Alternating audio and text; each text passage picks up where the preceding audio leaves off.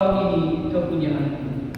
Apabila engkau menyeberang melalui air, aku akan menyertai engkau.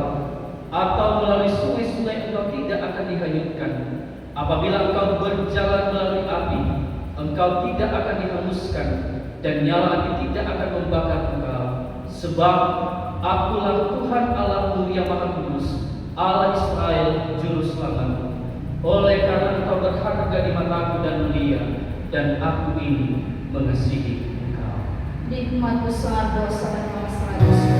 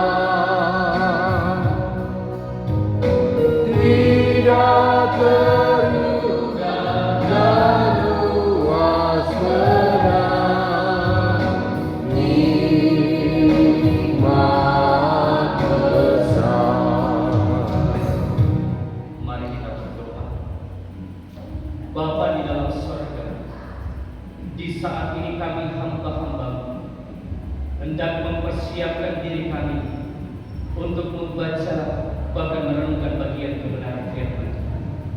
Beri rema bagi setiap kami ya Tuhan, dengan kuasa Roh Kudus memampukan kami sekalian untuk senantiasa memahami bagian kebenaran firman Tuhan, dan lebih daripada itu pun firman ini boleh hidup bagi setiap kehidupan kami, dapat kami aplikasikan di setiap aras perjalanan kehidupan dalam berbagai pelayanan yang akan kami lakukan. Karena itu Bapa, kami akan mempersiapkan hati dan pikiran kami. Bersabdalah Yesus Kristus dan tempat ketinggian melalui hamba-Mu yang mewartakan kebenaran firman Tuhan di saat malam hari ini. Karena kami anak-anak sudah siap sedia untuk mendengar dan merenungkan firman Tuhan. Amin. Bagian Alkitab yang kedua, Efesus pasal yang kedua ayat yang pertama hingga ayatnya yang ke-10.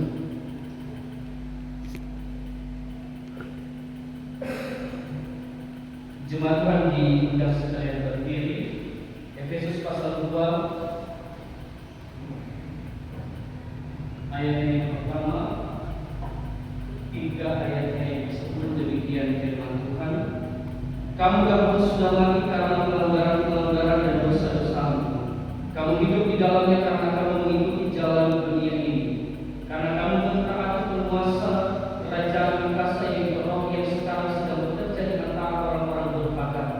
Sebenarnya dahulu kami semua juga terhitung di antara mereka ketika kami hidup di dalam hawa nafsu daging dan menuruti kehendak daging dan pikiran kami yang jahat. Pada dasarnya kami adalah orang-orang yang harus dimurkai sama seperti mereka yang lain. Tetapi Allah yang kaya dengan rahmat, oleh karena kasih-Nya yang besar yang dilimpahkannya kepada kita, telah menghidupkan kita bersama-sama dengan Kristus, sekalipun kita telah mati oleh kesalahan-kesalahan kita. Oleh kasih karunia kamu diselamatkan. Dan di dalam Kristus Yesus Dia telah membangkitkan kita juga dan memberikan tempat bersama-sama dengan Dia di surga, supaya pada masa yang akan datang Dia menunjukkan kepada kita kekayaan kasih karunia-Nya yang melimpah-limpah sesuai dengan kebaikan-Nya Sebab karena kasih karunia kamu diselamatkan oleh iman, itu bukan hasil usahamu, tetapi pemberian Allah. Itu bukan hasil pekerjaanmu. Jangan ada orang yang membanggakan diri, karena kita ini buatan Allah, diciptakan dalam Kristus Yesus untuk melakukan pekerjaan baik yang dipersiapkan Allah sebelumnya. Ia mau supaya kita hidup di dalamnya. Kita sambut menyanyi dosa nomor 138, Jalan Terang.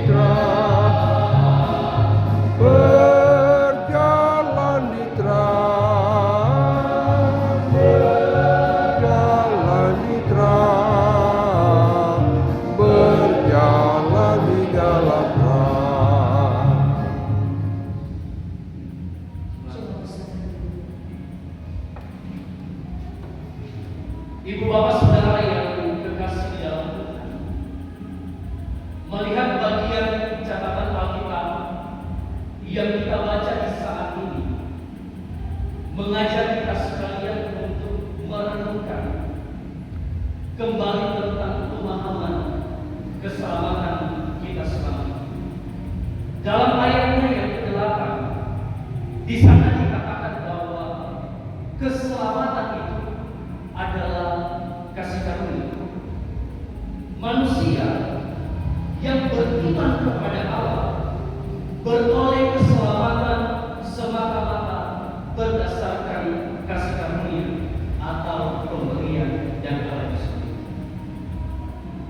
Artinya manusia beroleh keselamatan bukan karena jerih, bukan karena usaha ataupun perjuangannya dalam kehidupan, tetapi keselamatan itu adalah pemberian Allah secara cuma-cuma bagi setiap mereka yang beriman kepada. Nah, hal inilah yang tentunya ditegaskan oleh Rasul Paulus kepada jemaat yang ada di Efesus, mengingat tentang berbagai ajaran yang memberitakan tentang keselamatan pada waktu itu. Dalam budaya yang Romawi, begitu banyak mempercayai tentang dewa, bahkan ada berbagai pengajaran, termasuk percaya bahwa keselamatan daripada Allah itu pun merupakan hasil perjuangan daripada kita manusia. Nah, tentunya terhadap pemahaman yang keliru ini, maka Paulus hadir menyapa jemaat yang ada di Efesus untuk bersikap sebaliknya dari hal-hal atau pemikiran-pemikiran, bahkan ajaran-ajaran yang salah tentang keselamatan daripada Allah. Paulus menegaskan bahwa keselamatan itu sesungguhnya adalah pemberian daripada Tuhan semata. Sehingga konsekuensi dari pemahaman ini adalah bagaimana orang manusia tidak dapat membanggakan diri kita di hadapan Allah, melainkan bagaimana orang manusia ini hanya dapat menyatakan syukur kita kepada Tuhan, berterima kasih kepada Allah dengan jalan kita mentaati ajaran Tuhan dan berbuat baik Untuk itu Ibu Bapak Saudara yang dikasihi di dalam Tuhan, melalui perjamuan asa yang kudus, tentunya kita memperingati arti pengorbanan Yesus Kristus. Upah dosa adalah maut atau kematian. Orang manusia seharusnya dihukum karena keberdosaan yang kita lakukan di hadapan Tuhan. Namun karena Allah begitu mengasihi kehidupan kita, maka kita menyaksikan bahwa hukuman itu pada akhirnya ditimpakan kepada Yesus, di mana kematian yang Yesus alami itu merupakan bagian keikhlasan dirinya menerima tutup dosa, yaitu jalan kematian yang seharusnya ditimpakan kepada kita manusia yang berdosa ini. Jadi peringatan atas pengorbanan Yesus itu tentu merupakan suatu hal yang sangat sakral dalam kehidupan kita.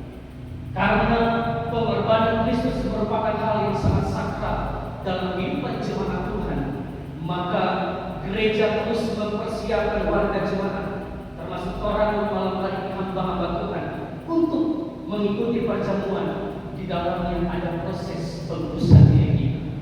Gereja mengadakan ibadah perhatian dalam sebuah bingkai kesadaran. Bagi yang mau duduk dalam perjamuan kudus, kesadaran sebagai manusia yang berdosa tentu mesti ada dalam kehidupan kita. Kesadaran ini akan mengantar kita pada sikap iman, menghadiri beribadah perhatian, baru pada akhirnya kita akan duduk dalam perjamuan kudus. Kalau ingat, para tua-tua kita dahulu tentu sangat menghormati dan menjunjung tinggi pentingnya ibadah perhatian. Tetapi sekarang terkadang potensi jemaat sudah mulai kurang dalam kesadaran diri pada persekutuan ibadah perhatian, melainkan langsung duduk sehidangan dari Tuhan dalam perjamuan kudus. Untuk itu jika kita sadar bahwa kita ini adalah manusia berdosa, tentu kita butuh yang namanya ibadah perhatian. Kita menghormati kehadiran Tuhan dalam perjamuan kudus, sehingga ibadah perhatian begitu penting dalam kehidupan kita. Sehingga malam hari ini boleh terjadi, sekalipun tidak ada agenda di tengah kegiatan perumusan tata dasar gereja, tetapi orang boleh mengambil waktu sejenak untuk beribadah bersama Tuhan dalam persiapan diri.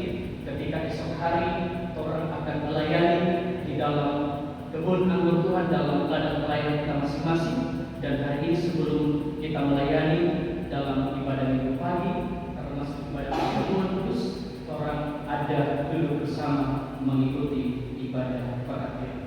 Pengorbanan Yesus demi keselamatan kita begitu mahal harganya, dan sebagai gereja kita hargai dengan mengikhlaskan diri kita meminta penebusan Tuhan sebelum duduk perjamuan kudus. Ibadah perhatian diadakan agar ada ruang bagi setiap warga jemaat, bagi kita hamba-hamba Tuhan, supaya kita dikuduskan melalui sebuah ritual persekutuan. Tanpa penebusan tentu kita tidak layak menghadap Tuhan yang Maha Kudus. Dan di malam hari ini kita ada dalam sebuah gumul bersama dalam pelayanan kita masuk dalam keputusan diri kita dalam ibadah perhatian, supaya Tuhan itu berkenan atas pelayanan yang akan dilaksanakan di hari esok. Karena itu kiranya Tuhan menyertai semua di dalam persekutuan dan pelayanan yang akan kita lakukan di hari esok, dimanapun kita pergi dan melangkah. Kiranya penyertaan dan perlindungan Tuhan terberi atas ibu bapak saudara dalam pelayanan kita masing-masing. Tuhan berkati kita dengan kebenaran firman. Amin.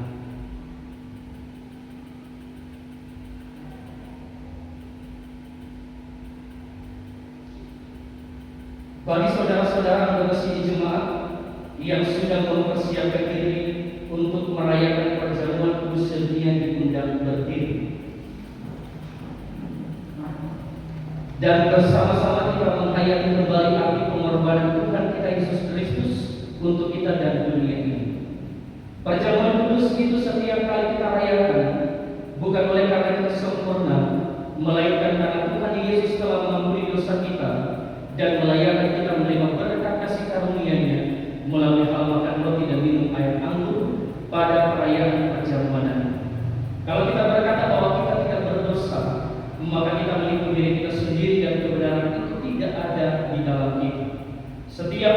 menyadari akan dosanya dalam hati dan hidupnya, tentu akan diterima oleh Allah dalam anugerahnya yang kekal. Sebaliknya, yang tidak merasa demikian dinasihatkan supaya jangan duduk serta dalam perjamuan kudus nanti. Karena itu kita semua boleh yakin bahwa sekalipun dosa dan kelemahan masih ada dalam diri kita masing-masing, tetapi Allah akan menerima kita di dalam anugerahnya. Amin. Karena itu Tuhan Yesus yang tanpa dosa atas kehendak Allah di surga mempersiapkan dirinya untuk menerima kematian demi keselamatan kita dari dosa. Untuk itu, dengarkanlah kesaksian Rasul Paulus di dalam 1 Korintus pasal 11 ayat 23 sampai 26. Sebab apa yang telah kuteruskan kepadamu telah aku terima dari Tuhan, yaitu bahwa Tuhan Yesus pada malam waktu Ia diserahkan mengambil roti, dan sesudah itu Ia mengucap syukur atasnya, Ia memecah-mecahkannya dan berkata, inilah tubuhku yang diserahkan bagi kamu, perbuatlah ini menjadi peringatan akan aku. Demikian juga Ia mengambil cawan sesudah makan lalu berkata, cawan ini adalah perjanjian baru yang dimeteraikan oleh darahku. Perbuatlah ini setiap kali kamu meminumnya menjadi peringatan akan aku. Sebab setiap kali kamu makan roti ini dan minum cawan ini, kamu memberitakan kematian Tuhan sampai Ia datang. Jemaat mari menyanyi mau mandu.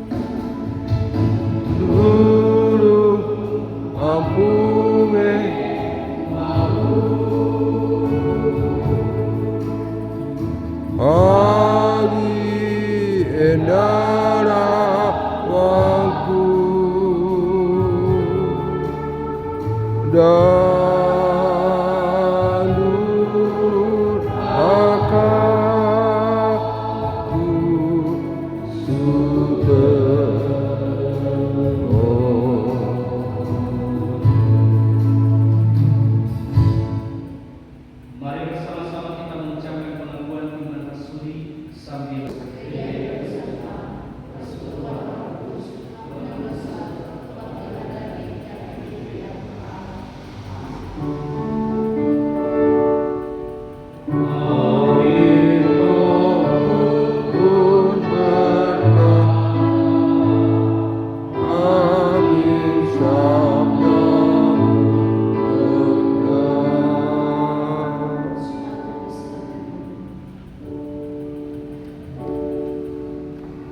Mari memberi